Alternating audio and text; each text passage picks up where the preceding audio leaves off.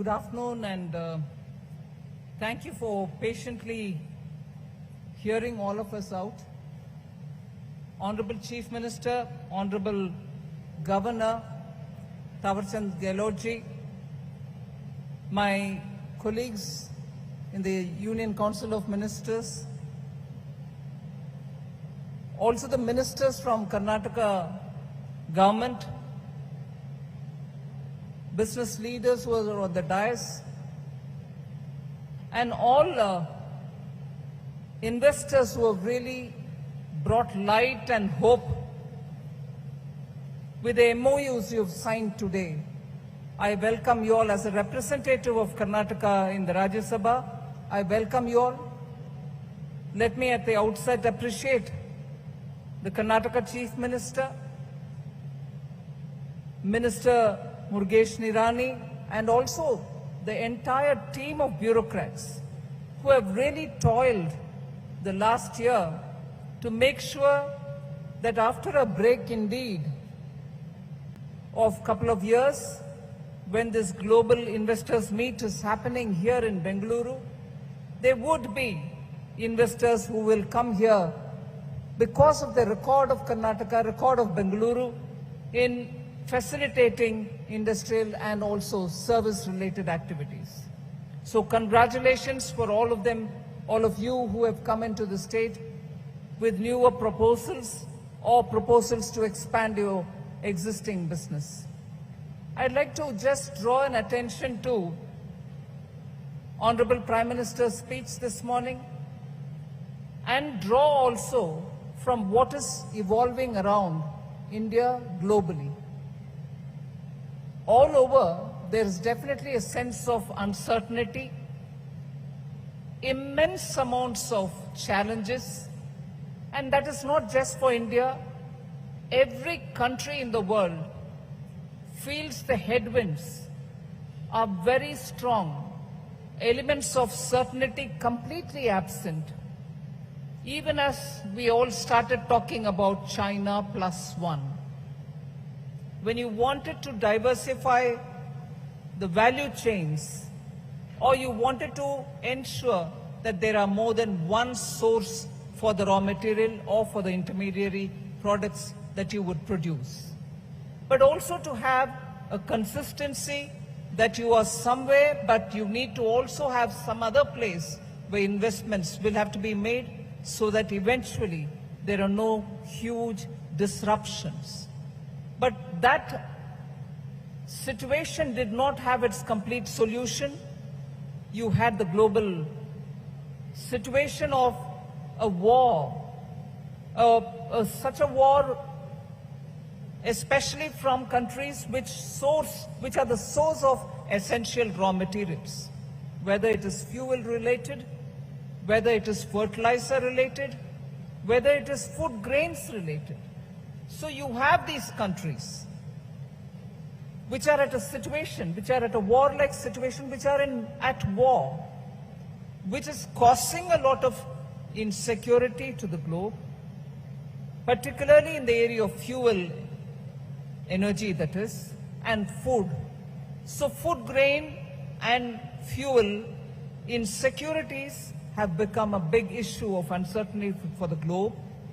And as a result, countries are readjusting themselves to source these materials from a different part of the world. Now that has had a bearing on industries, that has had a bearing on economy and its growth, that has had a bearing on trade, global trade as well. And as a result of these disruptions, you find large economies, which were also source of essential raw materials or intermediary products, or also which were the essential markets to which emerging markets were sending their products, are all going through huge recessionary doubts. They may technically be at the threshold of recession, but yet are not really out of that suspense or shock that will they be getting into further rigid recession in the future.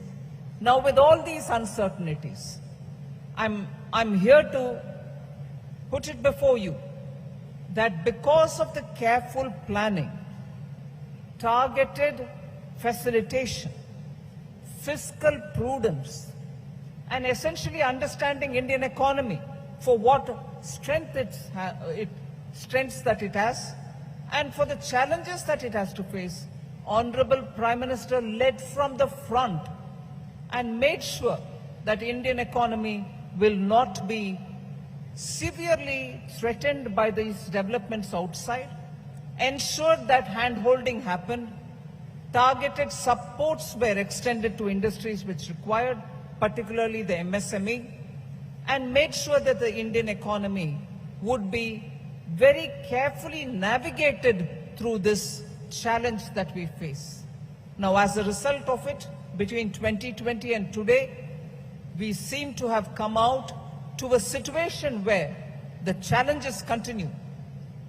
The newer challenges are also building up, but India is seen as an island of certain level of calm. We still do have our challenges, but not as would every other country suspect that India will be threatened by. So in a way, I've been hearing, and this is not me saying it, I've been hearing both during my Washington visit when IMF and World Bank meetings happened, and also through the various visitors which I have been receiving in Delhi, that India seems to be an oasis of stability and calm, and the challenges are being carefully firewalled, that our economy now is very clearly attractive for investors. And that is where we find the investment interests, and Karnataka as a state has carefully reflected the policies of the center, has always made sure that policy consistency is held up, and held up only to make policies even more nimbly, in time, on issues which are developing, and make sure that the industry facilitates it. The industry consultative process which happens in Karnataka is one of those which are extensive. And as a result, today, I've heard from the Chief Minister that initially when this global meet was planned, their expectations and target was somewhere in the range of 5 lakh crores. Today, that has moved upwards to about 7.5 lakh crores, of which he has already cleared 2.8 lakh crore related proposals. So unlike sometimes when we hear MOUs getting signed, MOUs realizing in part, we are here realizing and understanding that MOUs have already been given the clearance by the state government, and as a result, even on the day when this meet happens, based on the original target, more than 50% of the MOUs have already been cleared. That is the proactive nature of this government being led by Chief Minister Bommai, and it is that speed which gives confidence to the investors that the MOUs are done with facts on the ground. And I also see that the MOUs which have come up are coming up in newer areas, the sunrise areas. Whether it is hydrogen, the mission that Government of India announced, whether it is green ammonia, whether it is making sure that the corridors are coming up for industries, whether it is connecting with the ports, whether it is newer mines which Dr. Shri Prahlad Joshi ji expanded. These are the kind of things on which the government in Karnataka has actually been proactively moving further ahead at good speed. As a result, you find investors taking interest, not just for a Karnataka which is top on the service sector because of the presence of IT companies, but also because of the traditional old India industries which are core to production. The steel, the aluminium, and also many others such which help in the core businesses to provide that backbone for industrial development. So the old exists with the new sunrise, and the policies like the industrial policy, the energy policy, the IT policy, all of which I've been periodically hearing from both Mr. Murugesh Nirani and Minister Ashwath Narayan, both of whom have been constantly making sure that the industry benefits because of the consultation through the policies coming out in time.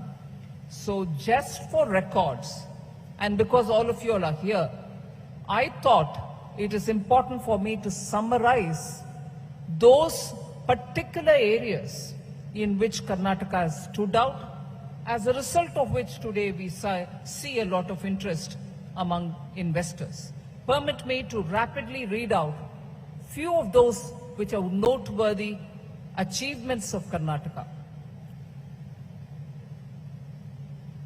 I already said that the state's new IT policy 2020-25 is a very big step, and it also looks at electronic system design manufacturing, telecom services in 6 clusters. That's a major move forward for any state. And those clusters are going to be not in Bengaluru, but outside. Mangaluru, Tumkuru, Mysuru, Hubli, Shivamogga, and Kalaburgi. Now, that is taking development beyond Bengaluru, not just for IT, but also for other industries. The one district, one product is something which the state is moving fast on. Land reforms are happening. Similarly, the renewable energy policy of the state is something which I think is very rewarding. And as a result, you have a lot of investments happening in the renewable energy area as well. There's also enhanced facilitation process to ensure greater transparency. Industry wants stability of policy. Industry also wants transparency. They do not want to be harassed by rent seekers at any level. And because of this facilitation process, to ensure transparency, Karnataka is sending a message that industry here will mean that they will be facilitated through policy and no rent seekers will be entertained. I commend the Chief Minister for having come up with this, because at a time when industries are moving out of different destinations, such as China, and also Europe now, because they're going through a very trying period, industries are moving out to destinations which are going to be attractive for other than just tax incentives. The one list which I'll certainly draw your attention to. Karnataka is a leader in many sectors. First in renewable energy, because 63% of all our installed capacity lies in renewable energy. First in electrical vehicle innovation. Home to about 7+ auto OEMs, original equipment manufacturers, more than 7 of them are here, and 50+ auto component manufacturers are here. And 45+ electric vehicle startups are in Karnataka. We cannot miss that. That's the ecosystem which you, the investors, would prefer to have. First in IT exports, and second in total exports across all Indian states. So you actually are in a state which is so dynamic and performing. Also, first in aerospace and defense manufacturing. No wonder investments are coming in for the newer areas. First in machine tools, manufacturing again. First in biotech production and also in biotech exports. First in electronic design and in R&D in India. So I just want the canvas laid out before us to understand the state which is rapidly moving in performing better, setting high benchmarks, and as a result, this is what is going to behave like a magnet for investors to come in. Now, the one important, at a national level, the one important feature of Karnataka, it's a major job generator. And on that, I would like to tell you, So when you're moving in from different parts of the world, you're coming in because of the policy consistency. You're coming in because there is a policy at the Government of India level which gets matching response in a state. So the two engines are working together and therefore powerfully. But the more important thing is you're coming here because the policy is nimble and takes you forward fast. Equally, it's also the state which has the knowledge base, the number of skill sets that the youth here have is an attraction that you're coming in. That gets summarized in this one point. Karnataka is a major job generator. Having produced 10% of all the formal jobs in the country, while contributing 8.8% to the national GDP, whilst its population is only 5% of the total national population.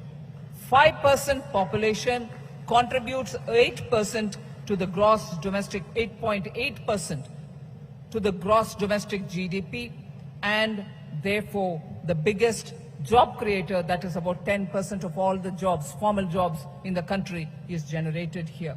So I would not go further to talk about the other features of Karnataka, but I wish to assure all the investors that the state is absolutely very nimble-footed to make sure that the policies are going to be kept abreast of the global development at a time when all of you all are trying to move in.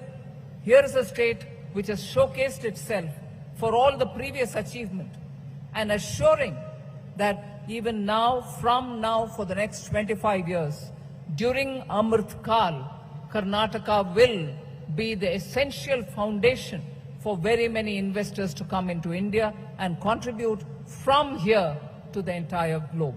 So thank you very much for giving me this opportunity.